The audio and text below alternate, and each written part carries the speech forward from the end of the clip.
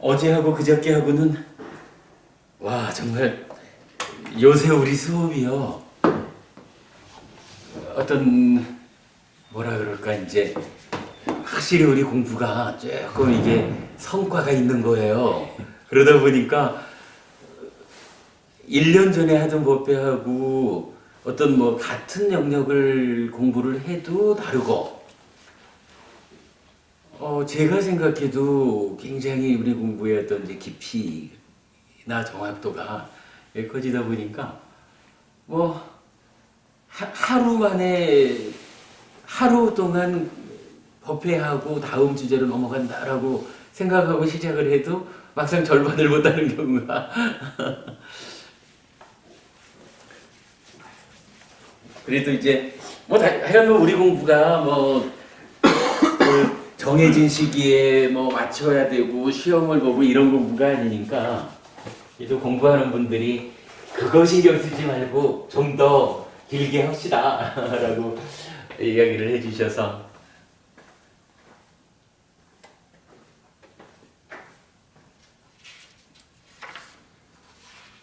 우리 카페 대문에 이제 금년도 우리 사업 해가지고 또 올렸어요. 이제 그 얘기를 그저께 대구법회에서 제가 이제 그 마음 특강이 무언가 교학 세미나가 무언가 하는 이야기를 뭐 간략하게 좀 정리해서 말씀을 드렸는데 그래도 뭐 이제 중심되는 이야기를 좀 하다 보니까 한 50분 해서 이제 동영상을 연결해 놨어요.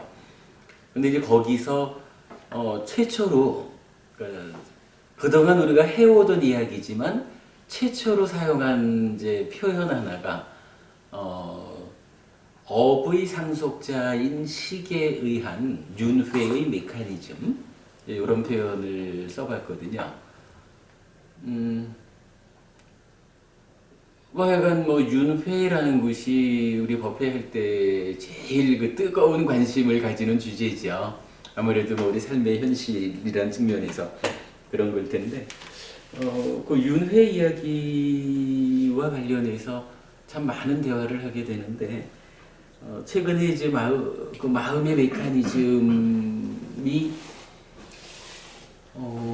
행위가 오염되면 식이 머문다라고 하는 존재경에 의해서 이제 그 잡아놓은, 그러니까 세워놓은 어떤 틀이 최근에 와서 존재경 2번까지를 같이 보면서 식이 머물면서 그 의도와 소망이라고 하는 속성을 갖는구나라고 본 거예요.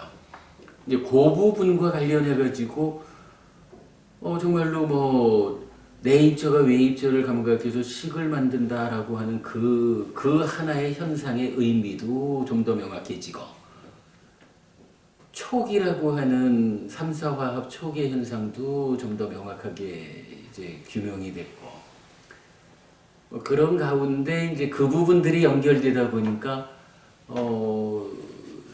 윤회라는 것이 구체적으로 어떻게 되는 거냐?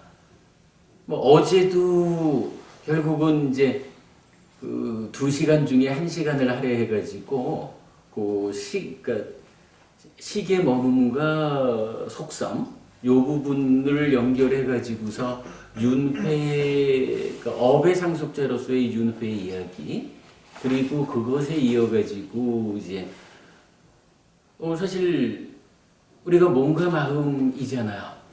그 상태에서 죽는다 그러면 몸은 죽는데 마음은 안 죽고 다음 생으로 연결되는 게 윤회잖아요. 그거 오온이라는 개념으로 보면 색수상행식 중에 식만 넘어가는 거잖아요. 그러면 색수상행은 일단 버려지잖아요. 그게 어떤 의미일까? 사실 우리가 보통 말하기를 죽은 다음에, 그러니까 죽을 때 뭐 가져가느냐, 재산 가져가는 거 아니고 습관 가져간다 이렇게 말하는 사람들이 있어요. 그러니까 우리가 지금 살아가는 가운데에 형성되는 어떤 경향, 뭐 이런 이제 삶의 어떤 이제 방향성 이런 거겠죠. 근데 요거를 오온이라는 측면에서 보면 거의 그 상의 영역으로 간주해야 될 거란 말이죠. 그런데 문제는 죽으면 상을 가져가지 않거든요. 그냥 식 혼자 가잖아요. 그러니까 명색은 다 버려지는 거니까. 그랬을 때 식 혼자 가면서 어떻게 전생 금생의 삶의 흔적이 그 경향성으로 연결될 것이냐. 뭐 식 자체가 식의 머금이니까 뭐 어떤 그 행위의 기억이다라고 하는 거야. 뭐 그 자체가 몸통으로 간다라고 하지만 이러한 삶의 경향성은 어떻게 가져가는 것일까? 그 부분에 대한 답변을 사실은 이 전제경 두 가지가 같이 해주는 거라. 식이 이미 그 행위의 일부가 되는 의도와 소망이라고 하는 그 행위 과정에 작용하는 이 내용을 속성으로 가지잖아요. 어떤 그러니까 식이 경향을 갖는다라고 말하는 식 자체가 가지는 하나의 성격이 되어버리잖아요. 그러니까 이런 그 식이 머물기도 하지만 속성을 갖는다라는 두 가지 측면으로 접근을 하면 명색이 버려진다라고 해도 금생의 삶의 경향이 다음 생으로 연결되는 이 부분을 설명할 수가 있는 거예요. 이제 그렇게 되면은 이제 또 한 가지 이어서 봐야 되는 게 그러면 다음 생이 시작되었다. 즉 지금 이 시기 마음이 새로운 명색을 만나가지고 살잖아요. 그럴 때 다음 생의 삶은 어떠한 삶일까? 이런 의미라 식이 명색과 함께 새로운 나를 구성하는데 식은 이렇게 뭐 기억과 속성을 가지고 연결된다 하지만 명색, 즉 몸이라고 하는 것은 지금의 명색은 완전히 버려지는 거잖아요. 그 중에 뭐 상이나 행이나 일부가 따라가는 게 아니고 그러니까 완전히 명색이 버려지고 다음 생에는 전혀 새로운 명색으로 출발하는 거란 말이죠. 그렇다면 다음 생의 삶은 어떻게 사라지는 것일까? 라고 볼 때 제가 그래 어저께 그 첫 시간의 결론 부분을 그렇게 낸 거라 마음이 몸에 지배되는 우리가 이제 몸과 마음의 이 관계로 보면 서로 조건되는 관계잖아요. 근데 서로 조건된다라는 거가 뭐 마음 그러니까 몸이 마음에 조건되는 것도 있지만 현실적으로 이런 윤회라고 하는 삶을 보면 마음이라고 하는 자체는 사실은 그냥 자기대로의 길을 가야 된다 이럴 건데 이 마음이 어떤 몸을 만나느냐에 따라 가지고 이제 완전히 그 삶 자체가 달라지는 거예요.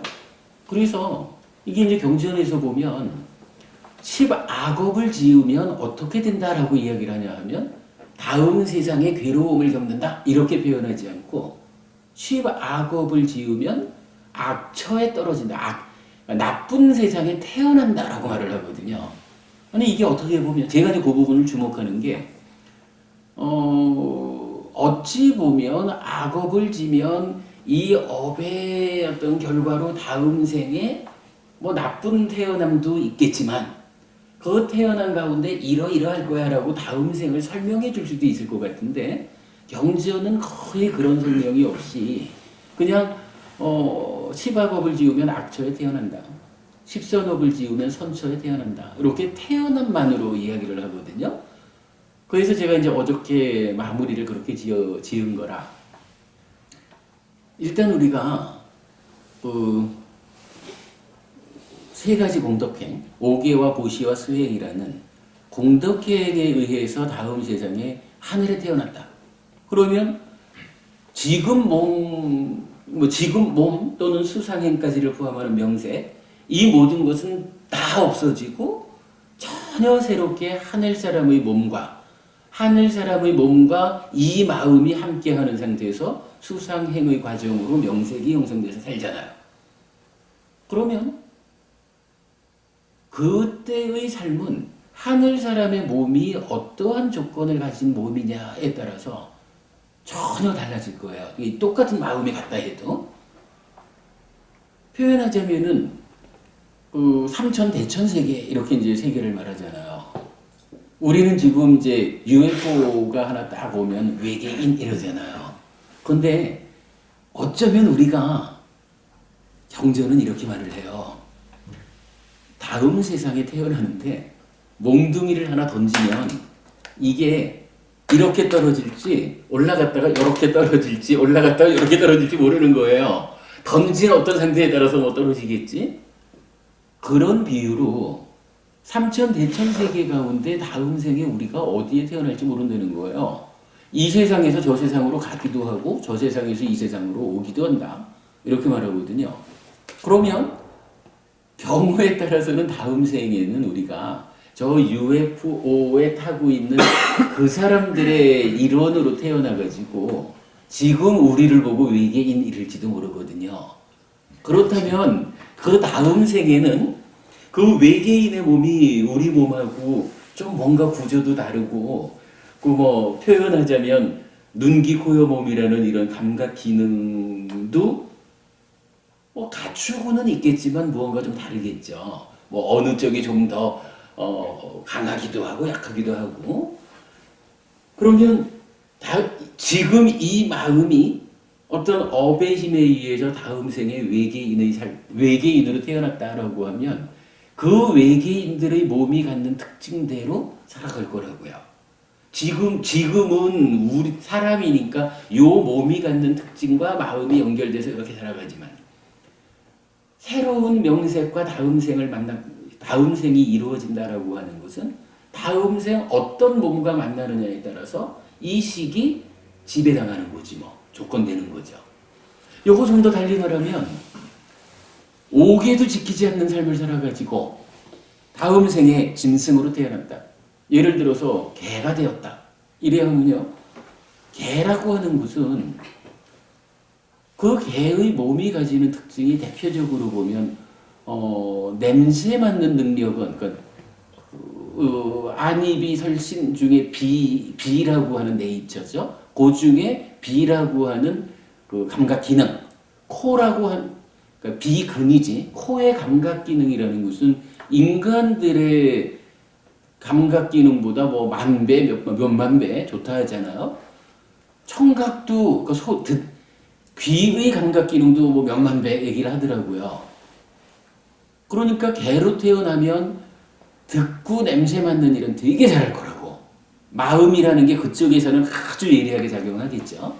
어차피 마음이 감각 기능, 몸하고 결합되어서 감각 주관인 내가 되는 거니까 내 있죠.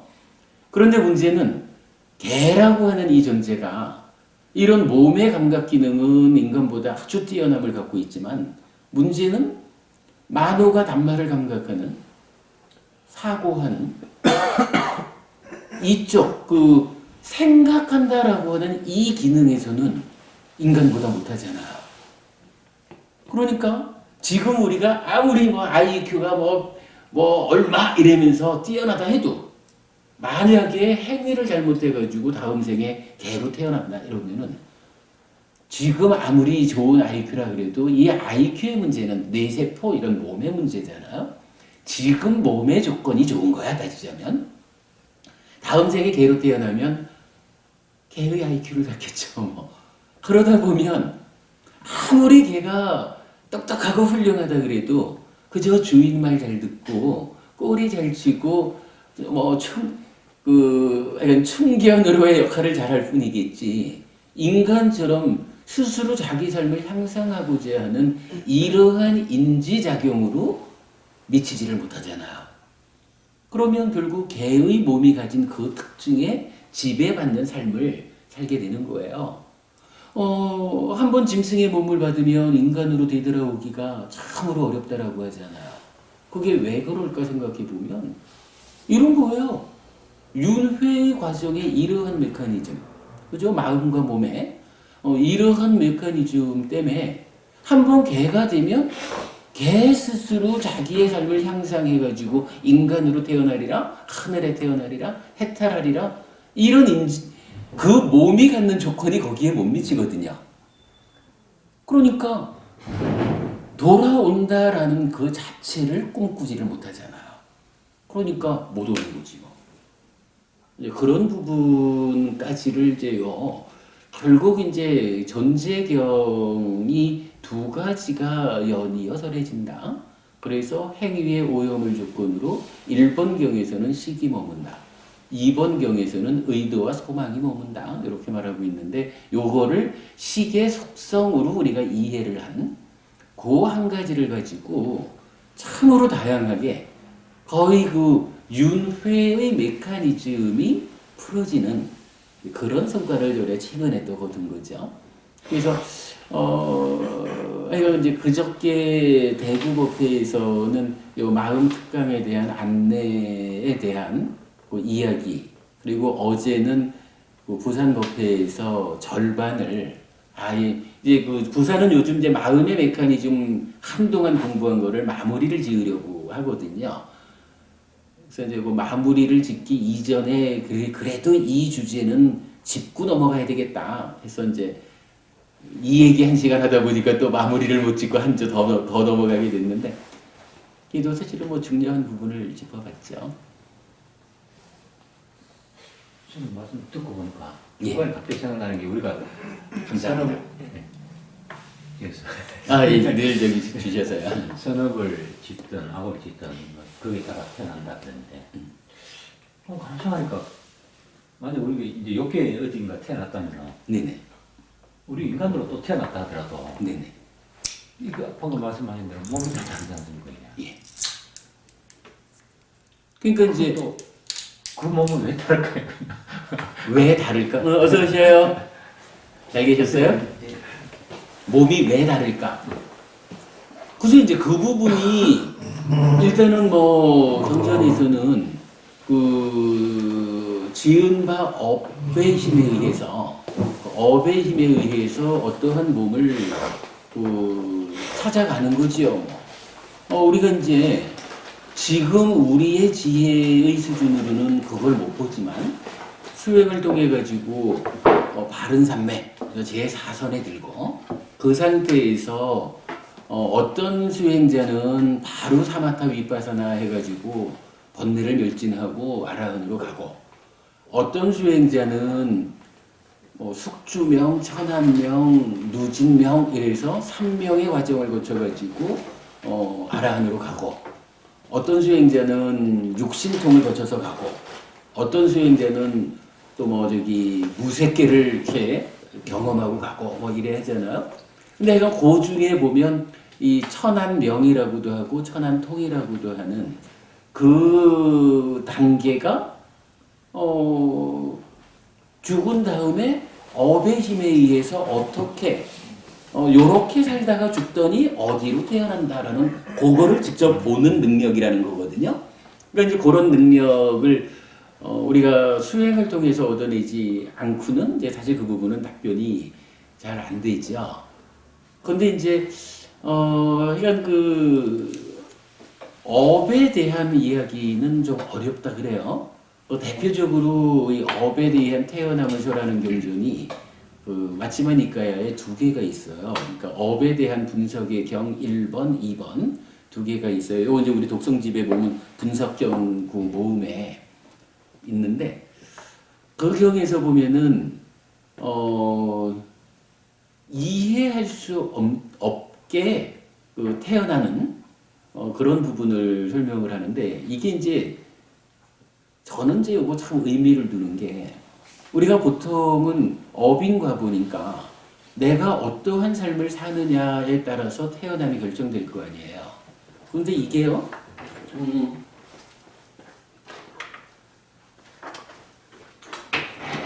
내가 뭐 죽는 시기가 있을 거 아니에요. 그러면 여기서 태어남이 있겠죠.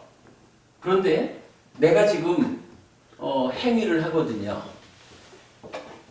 그러면 이 행위가 과와 고를 가져오니까 이 행위가 어떤 행위냐에 따라서 태어남이 결정돼야 되는 거잖아요.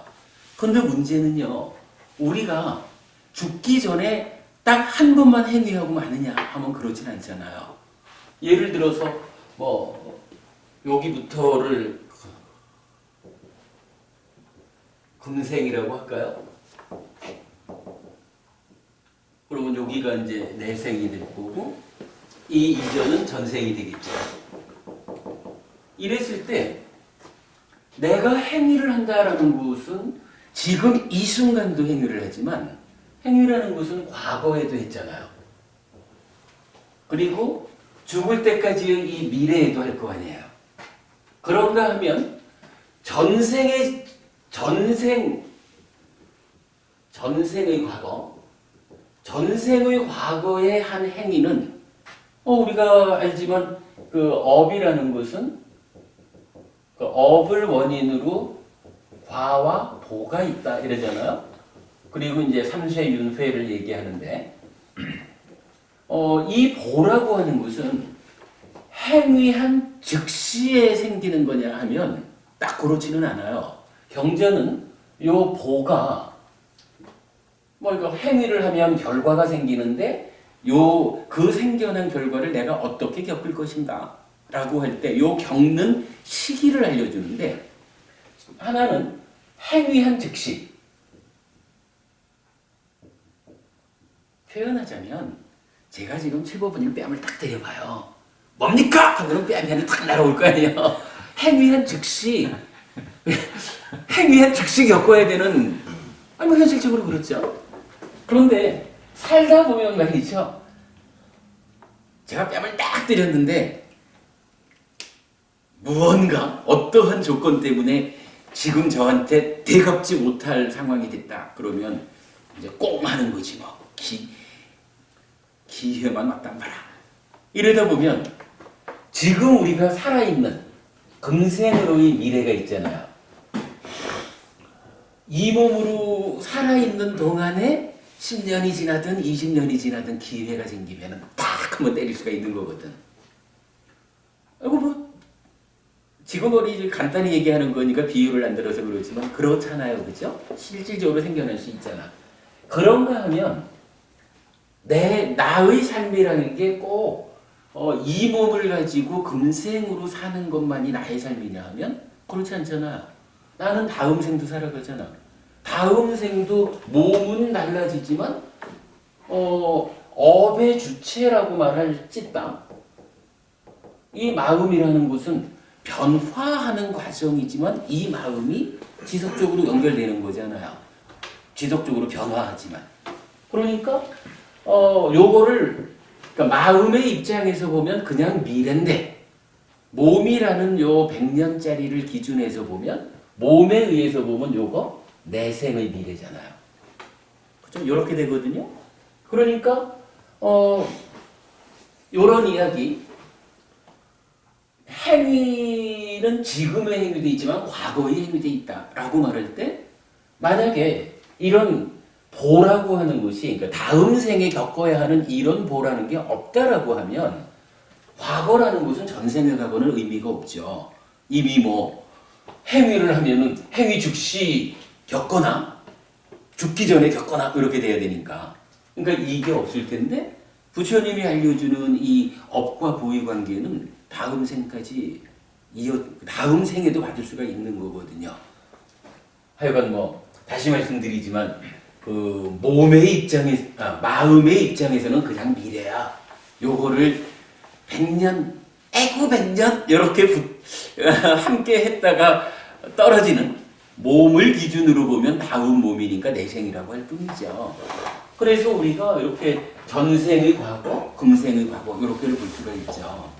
그런가 하면 또 미래의 행위도 있죠. 그러면 이제 내가 금생의 죽음 이후에 어디에 태어날 것이냐라는 요거에 영향을 미치는 거는요. 지금 이 순간을 기준으로 보면 그런 거라. 지금 내가 어떤 행위를 했을까? 요게 하나 있죠. 그리고 과거에 전생까지 포함한 과거에 어떤 행위를 했을까?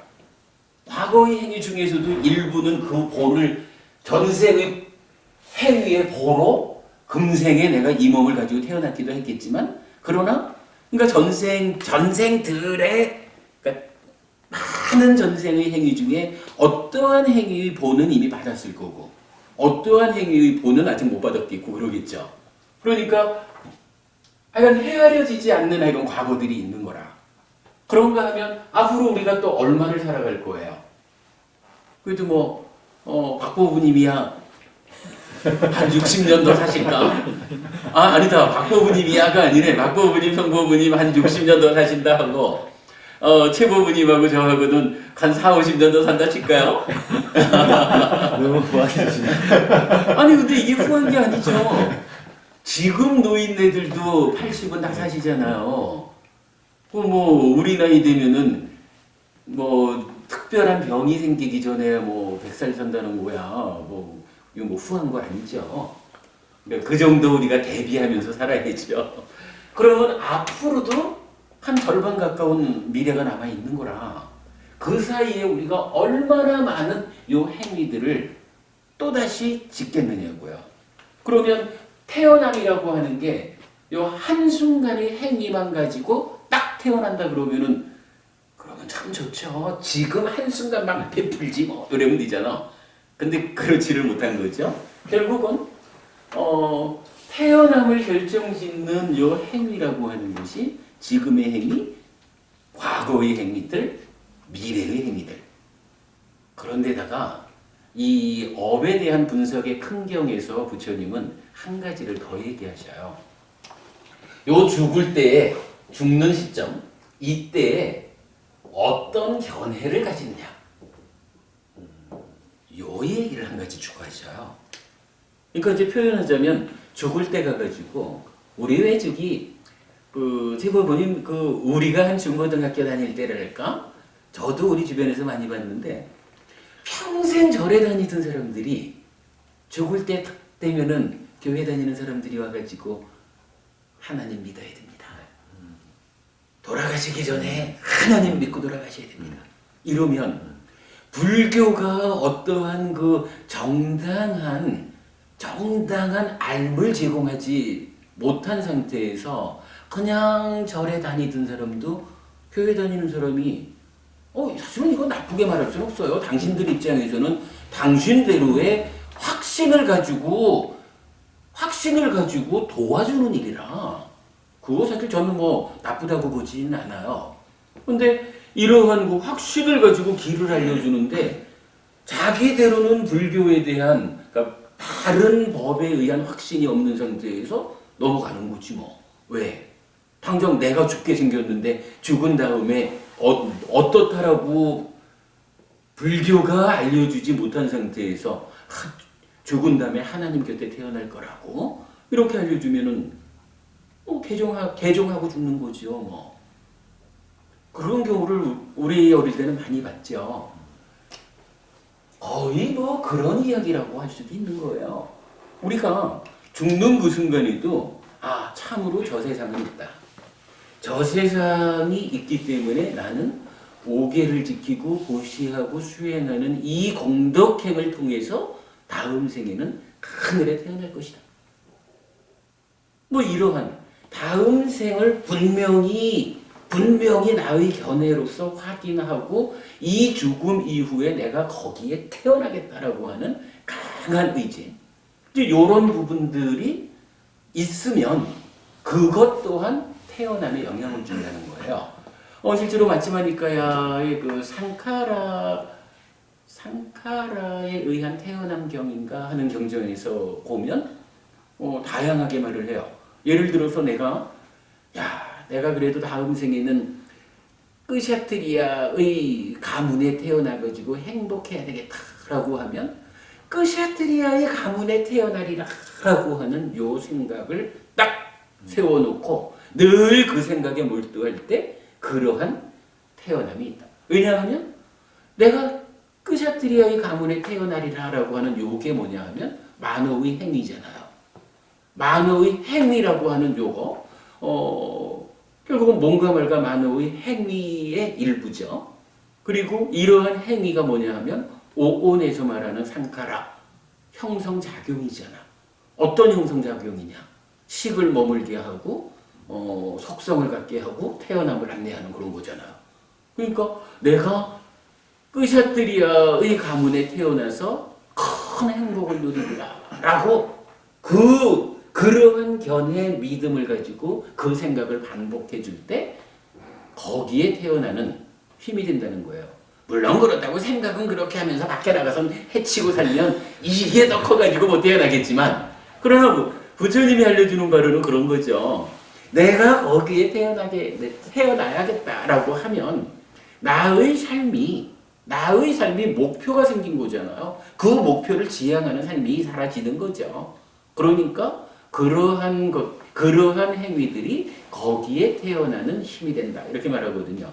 그러고 마찬가지, 내가 욕계 하늘에 태어나겠다.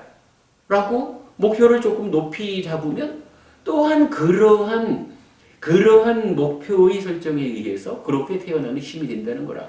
또 삶이 그러한 목표에 맞게끔 제어가 되는 거고. 이제 그렇게 다양하게 이제 그래서 저 높은 색계 무색계 하늘까지도, 심지어는 이제 해탈하는 것까지도 내가 해탈하리라라고 하는 요 하나의 생각에 몰두해서 살아갈 때 해탈이 성취되는 거죠. 이제 그런 부분으로 우리가 좀 연계를 해서 보면 죽을 그 시점에 에쿠 내가 잘 모르니까 이래가지고 뭐라 그래, 약간 헷가닥 믿음을 바꿔가지고 하나님 곁에 태어나서 영생을 얻기를 이렇게 하면 그게 가능한지는 모르지만 어쨌든 그런 견해가 태어남에 영향을 미친다는 거예요. 물론 만약에 기독교에서 말하듯이 하나님 곁에 태어나서 영생을 누리는 이게 우리 삶의 현실이라면, 사실이라면 그러한 견해가 거기에 태어나는 힘이 될 거예요. 근데 이제 우리는 기독교하고 교리의 차이에 의해서 그러한 자체를 사실로 보지 않으니까 우리 입장에서 보면 죽는 순간에 그렇게 개종하는 것이 당신의 다음 태어남에 사실은 득되지 않는 거죠. 스님. 예. 지난 초기 경전 강의 강무 스님 선거에 제가 제일 이해가 안 됐던 부분이었는데 비슷한 말씀이 좀 나왔습니다. 그 얘기 조금 해보세요. 네, 그리고 거기 이제 재생연결식을 간단하게 이야기하면서 밑에 재생연결식 바로 윗줄에 뭐가 거기 있었는데 죽는 순간에 어떤 시기라고 그래요. 그 얘기 제가 조금 이따가 할게요. 일단은 하여간 요렇게 이제 견해라고 하는 것이 죽는 순간 어떤 견해를 갖느냐 하는 것이 다음 생의 태어남에 영향을 준다라고 하는 부분, 우리가 생각해도 타당하겠죠. 부처님은 실제로 그렇게 말을 하는 거예요. 경전이 말하는 바를 이렇게 딱 한번 찾아볼까요? 우리 독성집 가지고 계세요?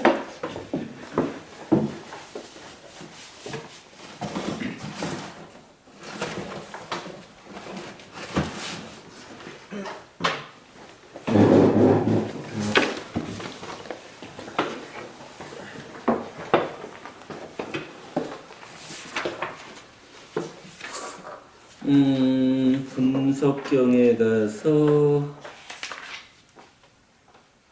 211페이지 그렇게 되겠네요. 211페이지. 그러니까 여기 보면 분석경을 이렇게 몇 가지 부류로 모아놨는데 그 중에 보면 어떤 주제에 대한 분석경으로 나타나는 경전들에서 맞지마니까야의 분석 품에 속한 경이죠. 211페이지 봅시다.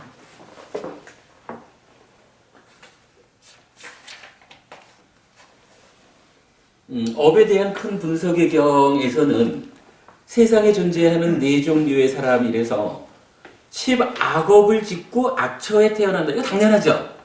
그런데 10악업을 짓고도 선처에 태어나기도 한다는 거예요. 이거 좀 곤란하잖아요. 10선업을 짓고 선처에 태어나는 거에 당연하죠. 그런데 10선업을 짓고도 악처에 태어나는 경우도 있다는 거예요. 이거 좀 곤란하잖아요. 이런 경우들을 보면 그래, 이와 같이 불가능한 업이 불가능한 것으로 나타나기도 하고 불가능한 업이 가능한 것으로 나타나기도 한다. 또한 가능한 업이 가능한 것으로 나타나기도 하고 가능한 업이 불가능한 것으로 나타나기도 한다. 이렇게 나오죠.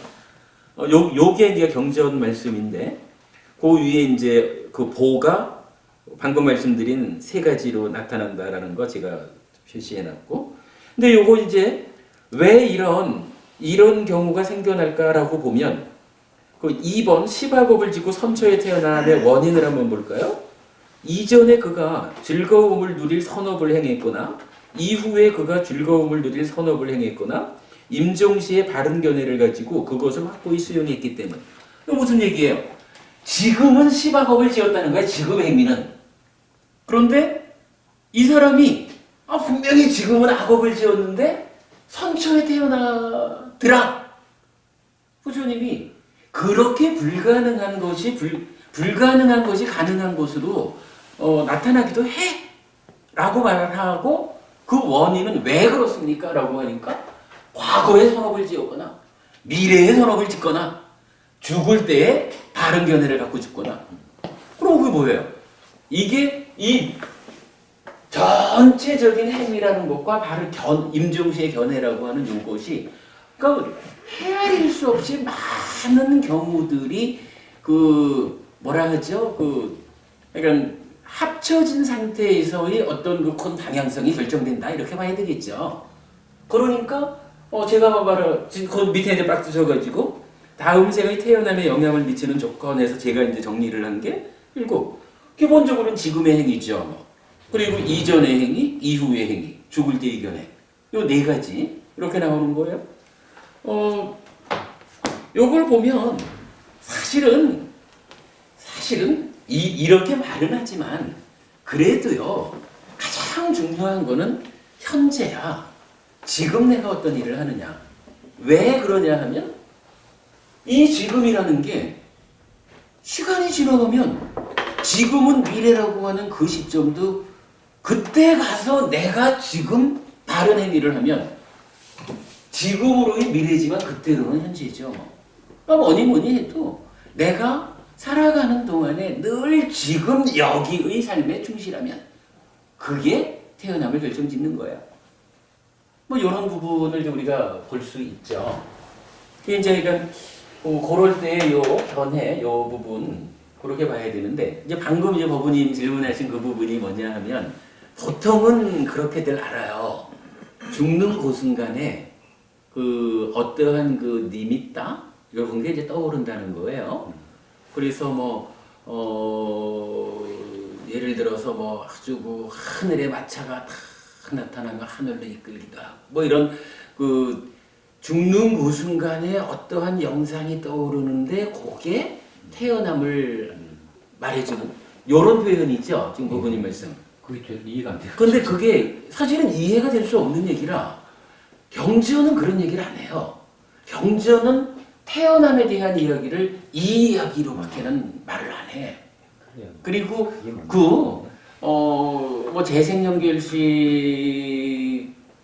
재생연결식이나 바왕가나 이런 표현들 자체가 경전에 없는, 부처님이 하신 말씀이 아니다 보니까 우리가 이제 공부하기에 어려움이 있죠. 부처님이 하지 않은 말씀이 좀 많은 불자들에게 거의 기준이 되어버려서, 이제 그러다 보니까 그런 같은 맥락에서 이 죽을 때에 어떠한 영상이 떠오르면 그 영상대로 간다. 이렇게 이제 표현하는 거. 이건 경전 이야기는 아니라. 그냥 이야기는 중요한 게 경전 이야기가 아니다. 그러므로 내가 그 부분에는 누가 그렇게 말했지만 부처님 생각은 아니었다라고 이해하고 넘어가면 가장 간단하죠. 저도 그게 참 아무리 상식적으로 생각은 뭐 이해가 와닿아야 되는데 신비적인 이야기죠. 하진 않으니까. 아무래도 이것도 말씀 들으니까 이거 방금 요 경전 이야기니까 지금 법구경이 도저히 법구경 어떤? 선한 행위를 좀 선한 행위를 하더라도 선의 열매가 있기 때문에 예. 그러죠. 그렇게 괴로움을 겪을 수 있고 악의 열매가 있기 전에도 우선 선한 각오를 받을 수 있다는 게 그런 이야기죠. 그럼요. 그래서 이렇게 하여간 연속되는 삶이 총체적으로 어떠한 결과를 계속 만들어내고, 그렇기 때문에 우리가 이 과와 보가 구분되어 알려져야 되는 거. 보라고 하는 것이 이렇게 세 시기별로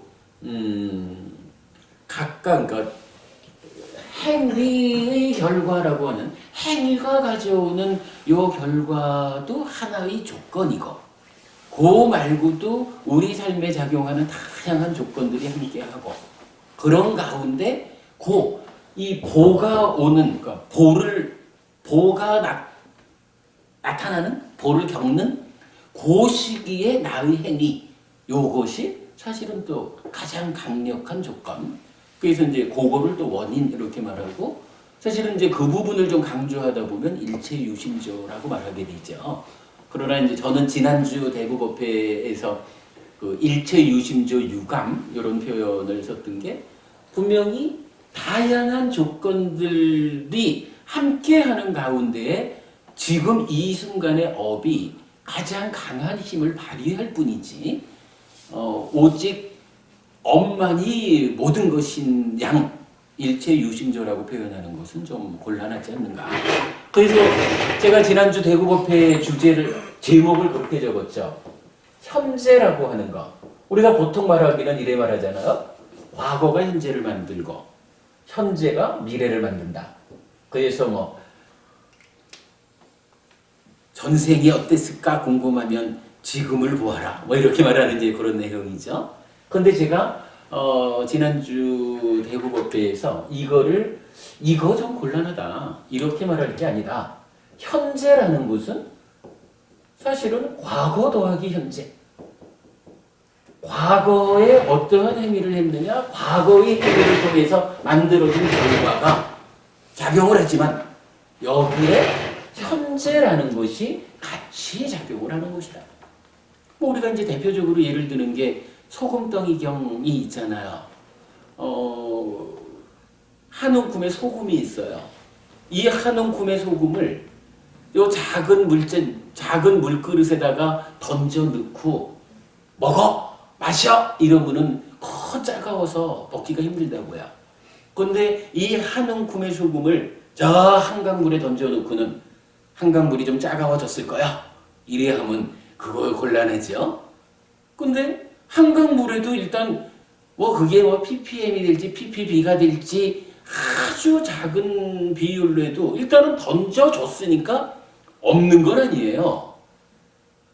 마찬가지로 그러니까 과거의 행위의 결과가 어떠한 만큼 만들어졌다라고 하면 이 만들어진 결과를 내가 지금 100으로 만들어진 이 결과를 10의 힘으로 대응한다 그러면 이 과거의 업의 결과에 눌려가지고 괴로움을 겪어야 되는 거죠. 지금의 힘이 약하니까. 근데 만약에 100의 결과가 만들어졌는데 내가 1000만의 힘으로 대응을 한다 그러면 요 100짜리 때문에 내가 살면서 아이 따가워 이렇게 할지는 몰라도 이것 때문에 고통스러워서 못 사는 이런 건 아니잖아요. 저는 요거 사실 업장소멸, 불교적인 업장소멸이 이런 것이다라고 이야기를 하거든요. 실제로 이제 그 소금덩이경 같은 경우에 그러한 전생, 과거 이러한 그 업의 결과에 대해서 지금 내가 몸과 어서 오십시오.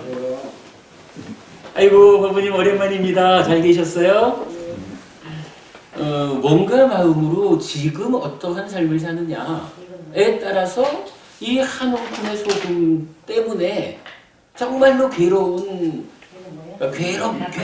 겪어야 하기도 하고 전혀 괴로움을 겪지 않을 수도 있다라는 거죠.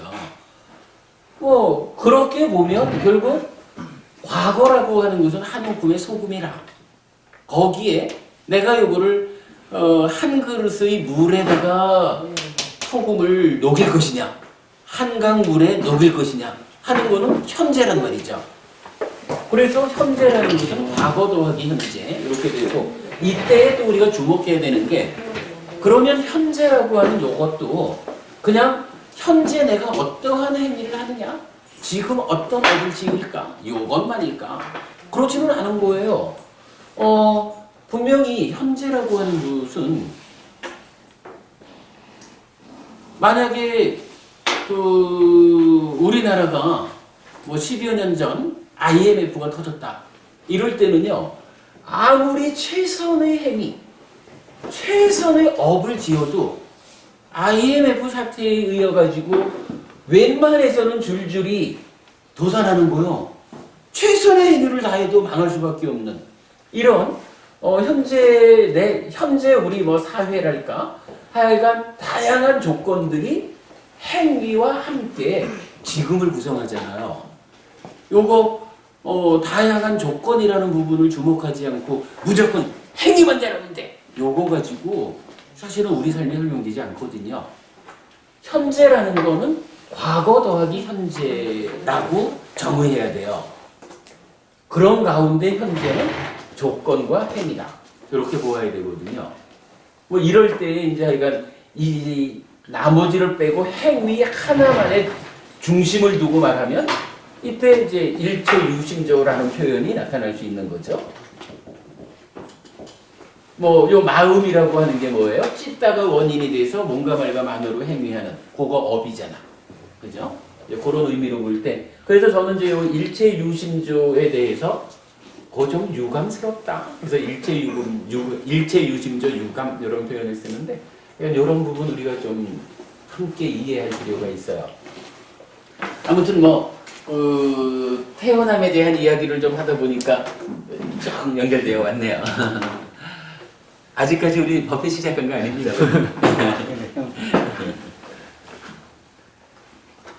어쩌다가 얘기가 이리 왔는데 뭐 요 주제로 궁금하신 게 있을까요? 그 식이 명색과 항상 함께 있을 수밖에 없다고 네네. 말씀하셨는데 그러면은 이게 죽는 즉시 이렇게 다시 태로 들어가게 되는 건가요? 그렇습니다.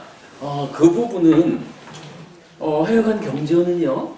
대표적으로 디가니까야 15번 대인연경이라는 경전에서는 요 식과 명색이 서로 조건된다. 그러니까 식은 명색을 조건으로 한다. 명색은 식을 조건으로 한다라고 말해주고 이러한 식과 명색의 서로 조건되는 관계 때문에 우리 삶에서 뭐 금생이 있다. 이렇게 해서 이제 윤회하는 것을 직접 표현을 해주거든요.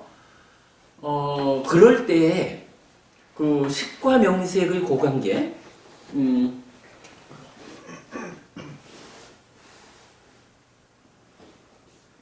하여간 뭐 마음이라는 것은 하여간 해탈할 때까지 오래 간다라고 하면 명색이라고 하는 거 이제 우리가 몸으로 보는 거죠. 이 명색이라는 것은 하여간 100년짜리잖아요. 그러니까 표현하자면 이 100년짜리가 지속 반복적으로 함께 하는 거잖아요. 서로 조건되는. 그런데 요때 지금 이제 송보부님 질문은 요거 명색이 떨어지고 새로운 명색을 만나는 그때까지 과정 요 얘기가 되는 거죠. 그러니까 새로운 몸과 만나는 과정. 근데 요 부분을 놓고 디가니까야 27번인가 9번인가 확신경이라는 경전이 있어요. 이 경에서 어떤 표현을 해주냐 하면 이 세상과 저 세상에 걸쳐 끊어지지 않고 이어지는 시계의 흐름 이런 표현이 나타나요. 그러니까 식이라고 하는 것은 그러니까 해탈할 때까지 하여간 식은 꾸준히 이어져 가는 거잖아요. 근데 요 식이라는 것이 자 식과 명색은 서로 조건되잖아.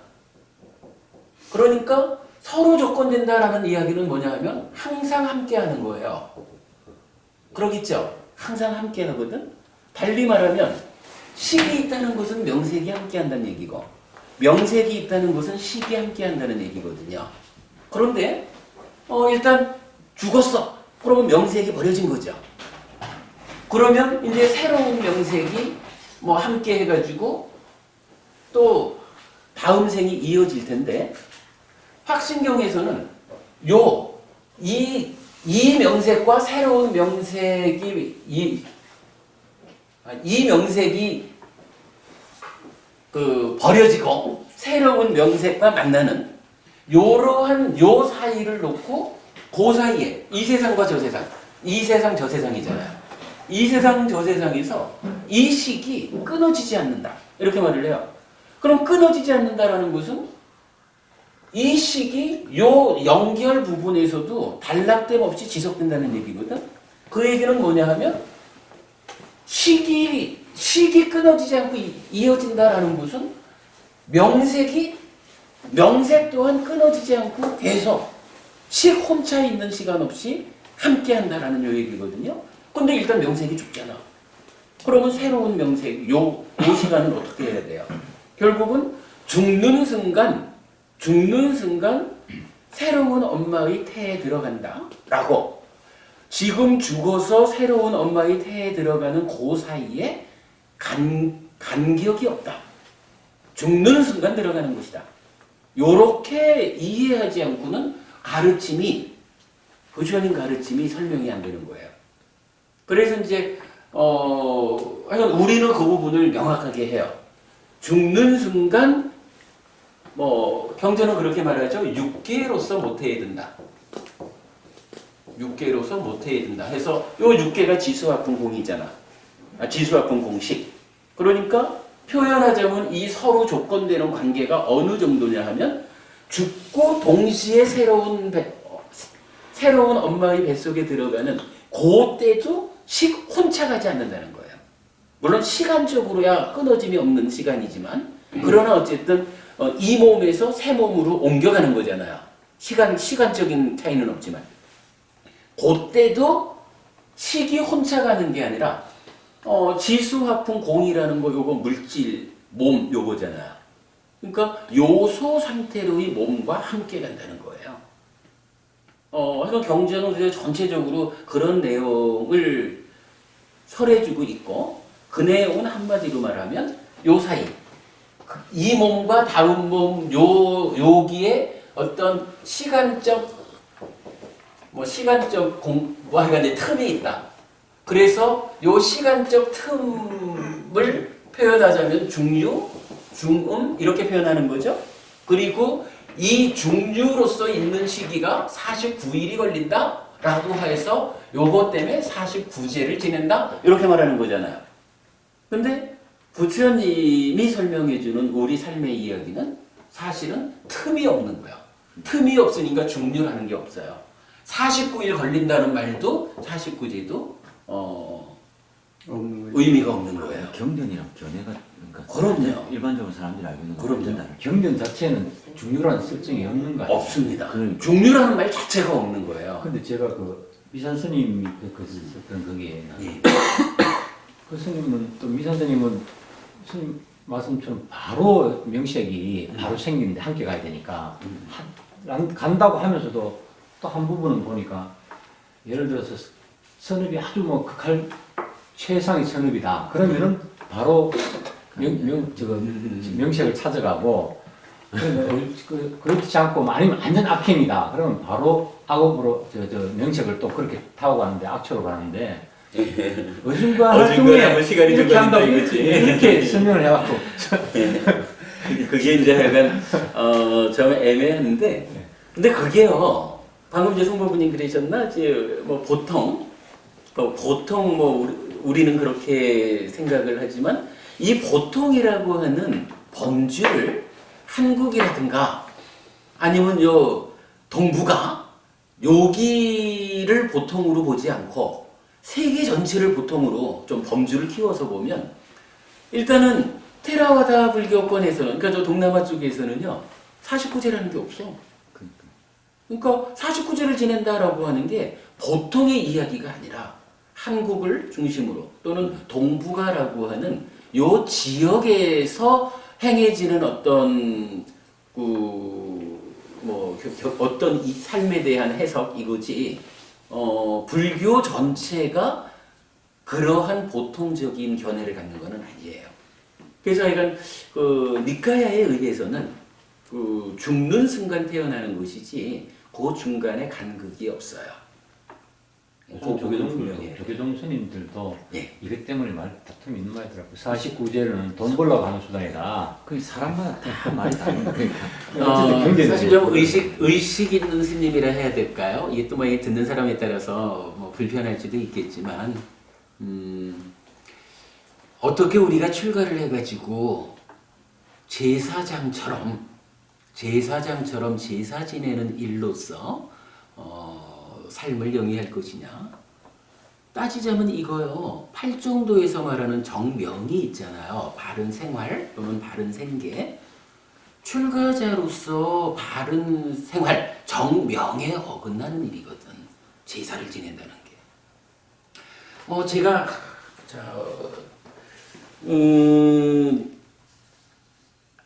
좀 예고를 하죠. 우리가 지금 대구 법회랑 그 경전 공부해서 요 과정을 지금 같이 밟아가고 있거든요. 그러다가 이제 그 지난주에 대구 법회에서 이제 좀 한 주 쉬어가자 이래서 다른 이야기를 하느라고 우리도 지난주에 그 괴로움에 대한 이야기를 공부했잖아요. 그리고는 지난주에 그거를 마무리를 못 져서 오늘 그 괴로움에 대한 이야기를 이제 마저 하고 두 단계의 깨달음, 두 단계의 수행 이 얘기를 이제 할 건데 그저께 대구 법회에서는 이제 그 경전 공부의 순서를 다시 나갔어요. 그래서 마지막이니까야 네 번째 경전을 하면서 수행 체계, 수행의 체계가 이제 네 번째 경부터 나타나요. 마지막이니까야에는 사선 삼명이라는 수행 체계가 나타나고, 근데 수행 체계를 말하자면 그래도 또 우리가 기준해야 되는 한 가지가 디가니까야에서요. 디가니까야는 전체가 34개 경전이거든요. 그 중에 12개 경전이 동일한 수행 체계를 전제하고 이 수행 체계 위에서 각각의 주제를 설명하고 있어요. 그래서 몇 주에 걸쳐 가지고 요 디가니까야, 마찌마니까야가 설명하는 수행 체계와 관련한 이야기를 이제 공부할 거예요. 그저께 하여간 대구 법회에서는 요 수행 체계에 들어가기에 앞서서 1시간 정도 다른 이야기를 좀 했는데 우리가 이제 그 부분은 조금 뛰어넘어야 될 것 같아요. 지금 동영상 올라가 있거든요. 그러니까 대구 법회 그저께 동영상 중에 보면은 이제 수행 체계에서 1번이라고 그 동영상이 있어요. 그거 여러분 좀 참고하시면 다음 주부터 이제 바로 수행 체계에 들어가도록 하겠고요. 거기에 아직 미완성의 교재를 나눠드렸는데 그 교재가 일단 이제 디가니까야의 12개의 경전, 그러니까 수행 체계 위에서 그 각각의 주제들이 나타나는 그 12개 주제 가운데 하나가 제사를 지내는 주제가 있어요. 지금 우리가 말하는 데가 유사한 이야기잖아요. 제사를 지내는데 원래 그 인도의 뭐 힌두교, 브라만교 이쪽에서는 그 뭐라 그래나요? 왜 생명을 죽여가지고 신에게 바치는 이런 제사를 이제 많이 지내잖아요. 그래서 경전에 나오는 거 보면 소를 700마리, 염소를 700마리, 양을 700마리, 이건 수천 마리의 그 생명을 죽여가지고 그 생명으로 신에게 제사를 지내는 뭐 이런 게 나오는데 부처님이 그러한 제사에 대한 질문을 받고 두 단계로 답변을 하셔요. 한 단계는 그대들이 그렇게 신에게 제사를 지내는 가운데에 커다란 문제가 있다. 신에게 제사를 지내서 복을 주십시오. 행복한 삶을 살겠습니다. 라고 하면서 구체적으로는 생명을 죽이는 일을 하고 있지 않느냐. 그러니 복을 받겠다고 제사를 지내면서 사실은 악행을, 살생을 저질러서 괴로움을 만든다. 그러니까 그대들이 올바르게 제사를 지내려면 살생을 하지 않아야 한다. 라고 짐승들을 죽이는 일을 하지 않는 것으로 바른 제사를 알려줘요. 그러니까 이제 그 바라문들이 와 참으로 훌륭한 제사입니다. 뭐 막 이런 이야기가 이제 그런 이제 반응을 보이는데, 근데 요거 살생을 하지 않는 제사를 지내라라고 하는 게 사실은 경전이 말하는 거로는 부처님의 전생 이야기야. 부처님이 전생에 어떤 바라문으로 있을 때 뭐 보면 뭐 이제 어떤 왕이 제사를 지내려고 할 때 궁중제관 바라문. 그러니까 무슨 말인지 아시겠죠? 그러니까 그 왕의 제사를 주관하던 바라문이 이제 왕이 큰 제사를 지내겠다. 이래서 수천 마리의 생명을 죽이려고 할 때 왕이시여, 그거 안 됩니다. 생명을 죽이지 않고 제사를 지내야 합니다. 요렇게 이제 다 설명하는 장면을 부처님이 이제 설명을 해주니까 와, 훌륭한 제사입니다. 뭐 이럴 때에 그때 그 궁중제관이 바로 나였다. 라고 해서 부처님 당신의 전생이라고 알려줘요. 그러면서 이제 부처님 그 전생의 이야기에 이어가지고 바라문들이 또 묻거든요. 그러면 부처님, 그러한 생명을 죽이지 않는 그러한 제사보다 더 훌륭한 제사가 있습니까? 라고 질문을 하니까 그때 부처님이 이제 있다라고 하면서 몇 가지 방법을 알려줘요.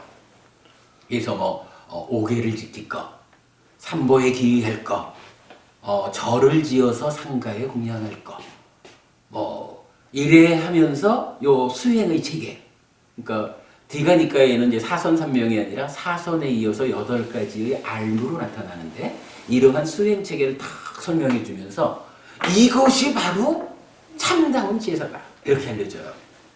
그런데 이제 그 의미를 보면 저도 지난번에 그 경전을 볼 때 보지 못했던 내용을 이제 요번에는 정리를 하나 했어요. 그러니까 뭐 다음 주에 제가 그 완성된 교재를 나눠드릴 건데, 제가 요번에 이제 정리한 건 뭐냐 하면, 옛날에는, 그러니까 저도 한 1년쯤 전에 그 경전을 보았을 때는, 아, 부처님이 불교적인 제사 방법으로 요런 거를 제시했다. 요렇게만 생각을 했었는데, 요번에는 한 가지를 더 본 거예요. 아, 부처님이 전생까지는 완전한 깨달음을 성취하지 못했기 때문에, 그죠? 전생이라는 것은 부처 되기 전이잖아요. 부처님 그 전생 이야기가 몇 개의 경전에서 나타나는데, 그 큰 주제가 뭐냐 하면, 전생까지는 내가 완전한 깨달음을 성취하지 못해서, 표현하자면 자비희사 사무량심을 바꿔가지고 많은 생명들을 색계 무색계라고 하는 높은 하늘, 범천이라는 그 신의 세계로 안내했다. 그런데 지금은 부처님 입장에서 지금이란 뭐예요? 이제 부처가 된 거잖아요. 완전한 깨달음을 성취한 거잖아요. 그래서 지금은 이러한 범천의 세상으로 이끄는 가르침이 아니라 열반으로 직접 인도하는 가르침을 설한다. 요게 그 사부니까야에 나타나는 부처님 전생 이야기를 설하는 경전의 큰 주제거든요. 그런데 제가 이제 그런 부분을 한 가지 보았죠. 그 사이에.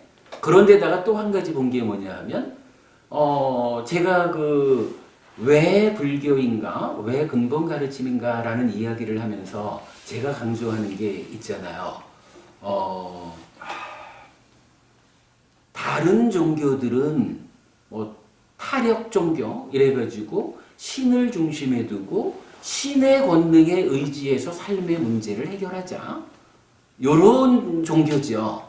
그러니까 그러한 종교의 입장에서 보면 옛날에는 수천 마리의 짐승을 죽여가면서라도 그 권능을 가진 신에게 제사를 지내는 거예요. 그래서 그 신의 권능에 의해서 내가 행복하고자 이렇게 하는 건데, 부처님 전생의 입장에서는 아마도 그러한 뭐 잘은 몰라도 하여간 설해진 바로 보면 그러한 어떤 신의 권능 이런 부분을 받아들인 상태였을 수 있다. 그런데 그 가운데 생명을 죽이는 자체는 살생이라는 악업이니까 하면 안 된다. 이래서 올바른 제사 방법을 안내했다. 살생하지 않는.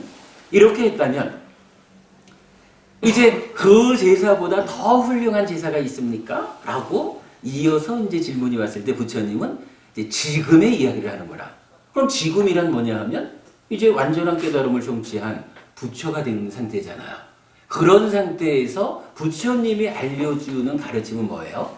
즉 다른 가르침들은 타력 종교 이럴 때 불교는 부처님 가르침은 자력 종교라고 하고 자력 종교는 신 중심의 종교가 아니라 인간 중심의 가르침이죠. 신의 권능에 의지해서 삶의 문제를 해결하자라는 가르침이 아니고 행위가 가지는 과와 보의 법칙성. 그거 뭐예요? 어빈과보 요 말이죠. 행위가 가지는 과와 보의 법칙성 요 얘기죠. 일단 불교라고 하는 가르침, 부처님 가르침은 이렇게 신의 권능에 의지하는 게 아니라 스스로의 행위를 통해서 행위가 가지는 과와 보의 법칙성에 따라서 행복을 만드는, 행복을 가져오는 그런 행위를 내가 함으로써 행위가 가지는 법칙성에 의해서 행복해지자. 요게 이제 불교잖아요. 자력종교. 그렇다면 이제 전생까지는 이러한 완전한 깨달음을 성취하기 이전에 살생하지 않는 제사로서 그리고 살생하지 않고 제사 지냄으로써 그 공덕으로 하늘에 태어나는 뭐 이런 거겠죠. 좀 전에 말씀드렸듯이 자비희사 사무량심으로 범천의 세상으로 안내하듯이 뭐 그런 이야기였다면 근데 이제는 어떻게 돼요? 범천의 세상이 아니라 열반으로 직접 인도하는 가르침을 설하듯이 이제는 그러한 신의 권능, 신중심 이거 아니다. 인간 중심, 그대 스스로가 삶의 중심이고 그대 스스로의 행위가 가지는 과와보의 법칙성에 의해서 그대 삶의 문제가 해결될 것이다. 그렇다면 기본적으로 제사라고 하는 게 제가 반복 말을 했지만 인도에서 말하는 요 제사가 뭐 죽은 자에 지내는 제사도 있지만 내가 행복하기 위해서 신에게 지내는 제사, 나의 행복을 비는 행위거든요. 그렇다면 이제 현실적으로 깨달음의 상태에서 부처님이 행복해지는 방법으로의 제사, 그 방법이 무엇이냐? 라고 할 때 이제 부처님은 그걸 알려주는 거예요. 5계를 지키고 보시하고 수행하는. 그 가운데 이제 이렇게 사선의 8가지 알미라고 하는 이러한 수행 체계를 딱 제시해 주면서 이렇게 살아가는 것이 진정한 제사다. 그대의 삶을 참으로 열반으로 이끄는 그러한 제사다. 여기서 이런 제사라는 의미, 조상들에 대해서 지내는 제사도 하나의 제사 형태지만 기본적으로 제사라는 것은 내가 행복하기 위해서 신에게 비는 요건데 불교적으로 보면 그 기도를 받아줄 신이 없는 거죠. 신이 받아주는 게 아니라 행위가 가지는 과와 보의 법칙성에 의한 거기 때문에 이제 그러한 행복해지기 위한 제사의 방법으로 어떠한 행위를 하면 그 과와 보의 법칙성이 행복을 만듭니까? 요거에 합당한 행위를 알려주는 거. 요걸로써 이제 그 제사의 방법, 불교적인 제사 방법을 부처님이 알려주는 거. 이렇게 되죠. 하여간 앞으로 몇 주간에 걸쳐가지고 다음 주부터 몇 주간에 걸쳐서 요 수행 체계를 설명하고 이 수행 체계 위에서 부처님은 어떠한 주제들을 설하고 있는가 하는 공부를 해나갈 거예요. 제가 커피 한잔 하고 시작합니다.